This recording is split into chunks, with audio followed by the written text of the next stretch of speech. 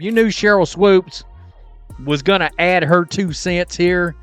She wanted Caitlin Clark to stand in there and keep in mind, Angel Reese is what, 6'4", Caitlin Clark's 6 foot. And and she got a problem with the fact that Aaliyah Boston grabbed Angel Reese. Well, Caitlin Clark's walking away. Why the hell are you going to grab her? Sheryl Swoopes is she can't help it. Sheryl Swoopes is back in the headlines again. And no, it's not because she found peace. It's because she's firing off another anti-Caitlin Clark monologue with the passion of someone auditioning for a telenovela. This time, the target of her sermon? A flagrant foul committed by Clark on Angel Reese during Indiana's absolute beatdown of the Chicago Sky. A 93-58 masterclass that doubled as Clark's personal highlight reel. Reese went up for a layup. Clark shut it down like a bouncer at an exclusive club. And down went Angel, thudding like Swoopes' last attempt at unbiased commentary. The refs called it flagrant. Reese got a tech for her reaction. And Sheryl? She was already scribbling her next dramatic TED Talk, titled, Caitlin Clark, America's Problem Child. Do you think Swoopes is delusional? Let us know down in the comments below. Sheryl, do you agree with both Clark and Reese saying this was a basketball play, or was this flagrant foul bigger than that? I don't have an issue with the foul. I thought it was a hard foul. Yep, I thought the refs got it right. My thing with that was, like, stand in it. I knew it wouldn't be long before Sheryl's hate and Swoopes show her head on this situation between Angel Reese and Caitlin Clark. Knowing that her hatred for Caitlin Clark runs deep, but you will not believe what she said today. It all went down in what was supposed to be another fun rivalry game between Indiana and Chicago. Except this time, Caitlin Clark decided she was done playing nice. With Reese driving to the rim, Clark stepped up, made contact, and wrapped her up like leftover lasagna. The result? Reese hit the hardwood so hard you could feel the internet vibrating. But here's where it got really spicy. Clark didn't flex, didn't bark. She just turned and walked away like she had reservations at Nobu. Not even a glance back. Just vibes and victory. I don't think Caitlin Clark is wrong for walking away, but I also have no issue saying she shouldn't have, with someone saying she shouldn't have, because if you've played ball, you know that, like, sometimes, like, if you're gonna go and intentionally foul somebody and you know that they could react, you deal with it. That walkaway? Iconic. Clark committed the foul, shrugged off the theatrics, and bounced like she had better things to do, which, let's face it, she probably did. Meanwhile, Reese popped up like she was spring-loaded, ready to throw hands and ad-libs. But Clark was already halfway to the huddle, looking more composed than a politician after a scandal. It was cold. It was calculated. And to half the arena, it was glorious. The other half booed like she'd personally unplugged their Wi-Fi. Either way, the moment went viral faster than a baby goat video. Oops. Returns to the Gills Arena podcast. Bigger, better, more delusional, more foolish than ever. Sheryl Swoopes, welcome back, Sheryl. We missed you over here. Caitlin Clark delivered a hard foul, and she walked away. It was a basketball play. Foul, you're not getting this layup. Walked away. That's it. Angel Reese stands up. Before Reese could turn that energy into an on-court WWE audition, Aaliyah Boston slid in like a Netflix character trying to defuse a bar fight. And in her effort to play peacemaker, she gave Reese a little nudge backward. Accident or not, it was just enough to make things even messier. Whistles blared. Players stiffened. Fans stood up like it was the final scene of a Broadway show. This wasn't just basketball, this was pure theater, and the script was dripping in drama. Enter Swoopes, stage left. But let's be clear, Sheryl Swoopes doesn't just critique Clark, she practically has a Pinterest board dedicated to it. Every game, every foul, every facial expression, Clark lives rent-free in Sheryl's mental real estate. After the Reese foul, Swoopes went full scorched earth on her podcast, claiming Clark acted like she owned the league. Never mind the fact that Clark practically does. Ticket sales, merch, TV ratings, the whole deal. But yeah, let's focus on her body language. Sheryl Swoopes is so jealous of Caitlin Clark, and she will advocate violence on Caitlin Clark. She was on Gil's Arena's podcast talking about how she was cool with the foul, but she wasn't cool because Caitlin Clark walked away from Angel Reese when Angel Reese was chasing her and Aaliyah Boston had to step in. And mind you, she had a problem with Aaliyah Boston stepping in. So she wanted Caitlin Clark to stand there and get hit by Angel Reese. And also on top of that, now she's advocating for the All-Star game to be removed from Indiana. You know that one relative who has an unsolicited opinion about everything from your career to your outfit choices? That's Swoopes when it comes to Caitlin Clark. The second this foul happened, you could almost hear Sheryl cracking her knuckles and typing up a monologue. Within hours, her hot take was out in the wild, spicy enough to make jalapenos jealous. She wasn't subtle, she never is. Jumping on Gil's Arena like she had receipts and a revenge arc, Swoopes didn't even pretend to hold back. "I don't have a problem with the foul," she said. "My issue was with all the other stuff." Translation? She's mad Caitlin didn't stick around to get into a shouting match with Reese. According to Swoopes, if you start the fire, you better dance in the flames. Because apparently, Clark's real crime wasn't the foul. It was having the gall to exit with dignity. Sheryl Swoopes wants to see degenerate activity. Sheryl Swoopes wants to see bottom of the barrel activity. Sheryl Swoopes wants to see a bunch of nonsense taking place on the court. Sheryl, if it was a hard foul, why would Angel Reese get up the way she did? If it was just a hard foul, just a basketball play, why would Angel Reese get up the way she did? And then came the classic Swoopes special, the double standard rant. If Angel Reese or anyone else had made that same foul she claimed, the world would have erupted. But since it was Clark, the reaction was muted, sanitized, softened. According to Sheryl, Caitlin Clark is the golden child, immune to criticism, living in a media-protected bubble. Never mind that Clark gets body-checked every game and still gets blasted by half the media like she's breaking the sport. But sure, Sheryl, spin it like Clark's the chosen one while conveniently forgetting she's also the one eating elbows and critiques for breakfast. Caitlin, if you're gonna foul, stand on it, Caitlin! Stand on it! What do they say in The Wizard of Oz? What did the lion say? Put him up, put him up! Is that what Sheryl Swoopes wanted to take place? Do these people just want to see Caitlin Clark get physically hurt? Did we not see her get physically hurt enough last year? Let's play a game of make-believe. Caitlin Clark, instead of walking away, instead of getting pulled away by her teammate, yeah, we'll get into it, she stands there. And what happens? Angel Reese yokes Caitlin Clark up, showing how mentally of a midget she is, showing how immature she is, showing how much of a degenerate she is. Is that what you wanted to take place, Sheryl? Let's not forget, Swoopes is a 4-time WNBA champ and a certified legend. But right now, her legacy is starting to resemble that one ex who can't stop talking about you at every party. At this point, Sheryl's obsession with Clark has more plot lines than a soap opera.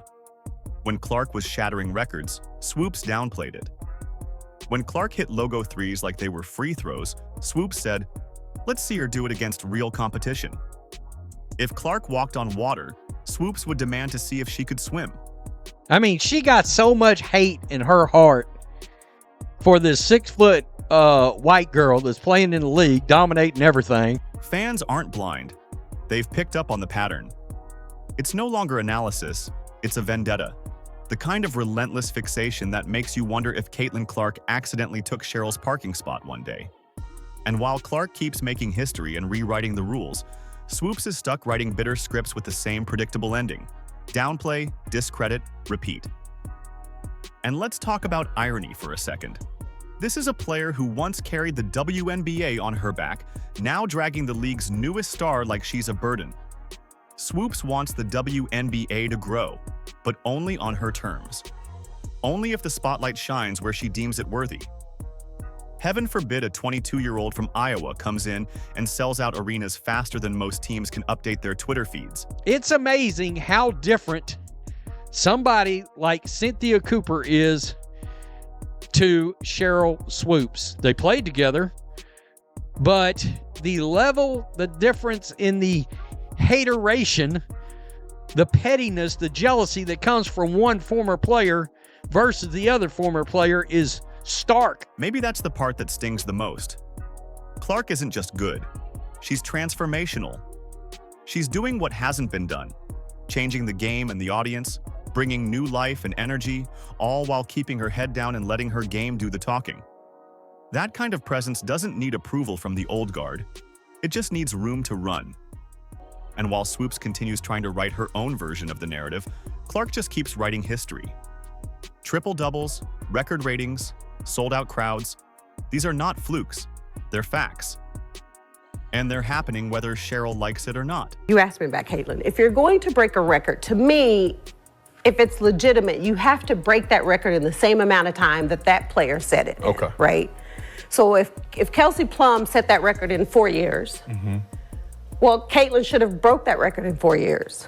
But because there's a COVID year and then there's another year, you know what I mean? So she's already had an extra year to break that record. So is it truly a broken record? So if Swoopes wants to keep delivering monologues about what Clark should be doing, let her. The rest of us will be watching Caitlin Clark become the face of the league in real time. The scoreboard doesn't lie, and neither does the future. It's already arrived, and it's wearing number 22. Let's talk about Caitlin Clark's superstar gravitational pull, because it's the megawatt elephant in the arena. This game, oh yes, that game, was the rematch, and it did not disappoint. It was less a WNBA game and more a full-blown cultural event. The Fever Sky Showdown shattered local viewership records. Secondary ticket prices soared to the kind of numbers usually reserved for Taylor Swift concerts. We're talking StubHub madness. And why? Because 17,000 fans packed the arena like it was the finals, and several million more tuned in from their living rooms, basements, bars, and probably dentist offices. And all this for a regular season game. In May. One word to describe Caitlin Clark. Amazing. Yes. A beast. She is the truth. The woman could play a pickup game on a driveway in flip-flops, and there'd still be a drone, a film crew, and at least 5,000 people in camping chairs chanting her name. The Caitlin Clark effect is realer than ever. A single foul from her launches talking head segments, splits Twitter in half, and sends Hall of Famers into podcast-producing overdrive. Forget headlines. She is the headline. And I mean, she's the truth, and she was a rookie. Right? Yeah. Knock down the three-pointer, get to the rim. She can get to the free throw line. She's the ball. crafty. Yeah, very crafty. Crafty. So sometimes she's look like she's coming off for a three-point shot and she backdoors you for a layup. She gets her teammates involved. She can pass. She can shoot. Man, she is a complete basketball player. You know? And not just any kind. We're talking about the kind of magnetic stardom usually reserved for the LeBron and Steph tier. She's not just playing basketball, she's creating culture. And yet, here comes Sheryl Swoopes, treating it like Clark's success is a personal insult. Instead of seeing a rising tide lifting all boats, she's acting like Caitlyn's dragging hers ashore to retire it. It's the old, who invited this new kid to my party? Energy, and it's as transparent as it is exhausting. Let's break it down. On one end, you've got Caitlyn selling out arenas, dominating stat sheets, inspiring the next generation, and rewriting WNBA popularity metrics. On the other, you've got Swoopes with her finger permanently on the critique button, dissecting every movement Clark makes like she's auditioning for CSI Hardwood. Honestly, if we're being fair, Sheryl Swoopes has devoted so much time to monitoring Clark's career, she might qualify as her unofficial biographer at this point. Go grab your own teammate, don't come grab my teammate. So where Aaliyah Boston went over to Angel and was kind of like, we ain't gonna do that. Like, to me, you gotta go get your own teammate. I didn't have a problem with the foul. I thought it was a hard foul. I thought the refs got it right, and then you keep on playing. I got issues with all the other stuff that came along with that, not that foul. And how's Caitlyn handling all this chaos? Like a seasoned vet playing chess while everyone else is arguing over checker pieces. After the game, she sat next to Aaliyah Boston at the presser, cool and collected, brushing off the drama like lint on a blazer. No malice, she said, just defense. It was the verbal equivalent of, move along, folks. She even admitted she didn't think it deserved a flagrant upgrade, proving once again that she's somehow more mature than half the adults currently making hot takes about her every breath. Naturally, Sheryl found a way to twist that too. She zoomed in so hard on that mini confrontation she could have been mistaken for the league's official drama detective. She had notes on Aaliyah, on Caitlyn, on the walkaway, on who stood where and who blinked when. Swoopes nitpicked the sequence like she was breaking down Zapruder film footage, complete with analysis about who should have grabbed whom and what it all really meant. If WNBA drama ever needed a theatrical director, Sheryl's got the job locked. Just about every single analyst and pundit in the basketball community has been rifling off takes regarding Caitlin Clark's flagrant foul on Angel Reese during the May 17th game between the Indiana Fever and Chicago Sky. Not only was the foul itself noteworthy, it really wasn't. I mean, there's people out there trying to claim some kind of random different angle showed up, and I watched that over and over again. The original angle and then this new angle. I'm not entirely sure this new angle I'm seeing is not a... But the real show? That was in the stands. Indianapolis turned out like it was Super Bowl Sunday. You had Fever diehards, Iowa transplants, and families dressed in head-to-toe Clark gear like it was Halloween for hoop fans. And they didn't come to sip tea. They came to see fireworks. The roar after every Clark three, the gasp after the foul, the eruption after the skirmish. It was electric. Not chaotic, not toxic, just pure, unfiltered basketball energy. The league could bottle that and sell it for $19.99. Cynthia Cooper. Oh boy, I think she may have made Sheryl Swoopes a little bit salty. I can see that. She averaged 31.6, 7.4 rebounds, 9 assists, right? Did anyone expect her to do that in WNBA? Those three? No. Right? So she didn't do that. No. Now, if we say her stats are today, what? 20 points, 8.4 assists, 6 rebounds. That's crazy. But That's crazy. Is that dominant? Those are hell of a number. Those are hell of a numbers. rookie. But to me, that's not... And you better believe they'll be back. This whole saga, the foul, the flare-up, the Swoopes soliloquy, the Twitter theater, it's only pumping more oxygen into the Clark versus Reese bonfire. The rematch? Circled, highlighted, framed. And the ticket price? Already spiking. Caitlyn versus Angel is now the WNBA's hottest product, and no amount of finger-wagging from disgruntled legends can slow the hype train. Let's get real here. Being a megastar means becoming a magnet. For love, for hate, for clicks, for critiques. Clark's spotlight is so bright it's practically giving people sunburn. And with every 30-point performance, every viral highlight, every crowd that chants MVP when she's at the line, the target on her back grows. But that's how it works. You don't become a star without also becoming a lightning rod. I can see the salt. I can see the sweat beads coming out of Sheryl Swoopes' forehead right now, while her former teammate, who won 4 WNBA championships with her. 4. And she's getting on here and she's telling the world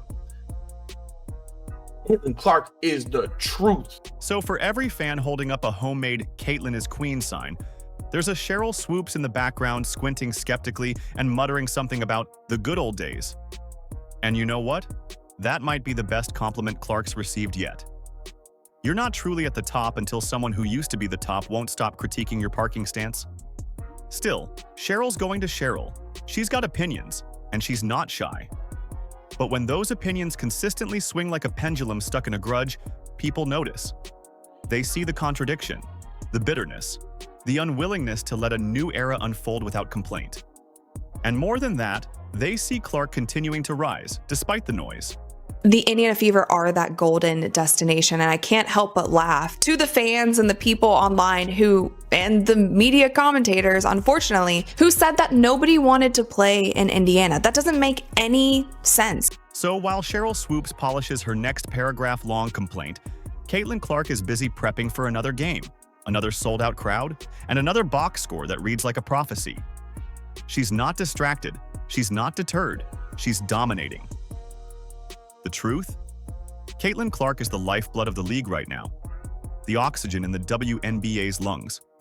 Without her, the league is a whisper. With her, it's a roar. That flagrant, a footnote. The backlash, background noise. And the critics, just echoes in an arena that's already chanting her name. Do you think Swoopes is delusional? Let us know down in the comments below. Like, subscribe, and turn on all notifications so you never miss out. Click the video on the screen, and we will see you in the next one.